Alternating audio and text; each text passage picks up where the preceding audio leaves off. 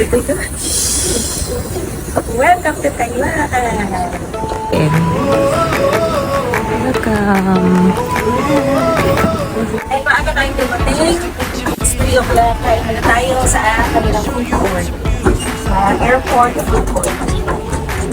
Sarado pa nga po. Sarado yung mga At dahil nga sarado pang mga kainan, kaya dumiretso na kami dito sa Taiwan, the Lucky Land, where we tried our luck na manalo ng 5,000 Taiwan dollars or equivalent to 9,000 pesos. Open to sa lahat ng foreign travelers na may 3 to 90 days stay sa Taiwan. Campaign ito ng government nila to attract more tourists. But sad to say, hindi kami ganun kalaki sa draw na to. Kaya after that, hinanap na namin yung kiosk ng Klook to redeem our 3-day fun pass.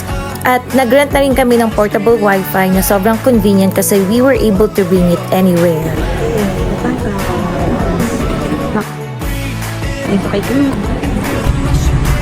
This fun pass help us to travel around Taipei easily, kaya kahit ilang beses kaming naligaw at nagpabalik-balik ng sakay ay okay lang dahil unlimited rides sa MRT and buses.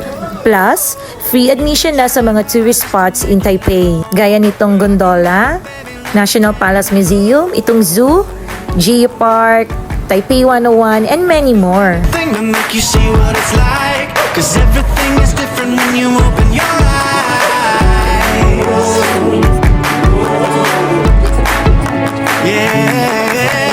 Taipei 101 on the 89th floor. Come on, let's go. Yan, at ang isa pa nga sa sobrang na-enjoy ko dito ay yung pag-collect ng stamps. Available yan sa lahat ng train stations, museums, and tourist spots. O diba, ang cute ng souvenir na to, tapos libre pa.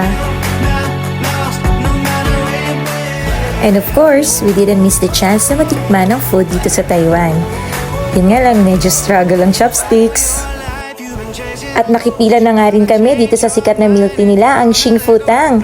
At in fairness, yummy talaga. We had a great experience sa country na to.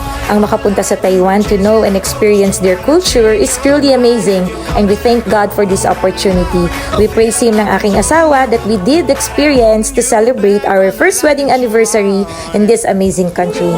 And that's all for my vlog. Thank you for watching. God bless you all.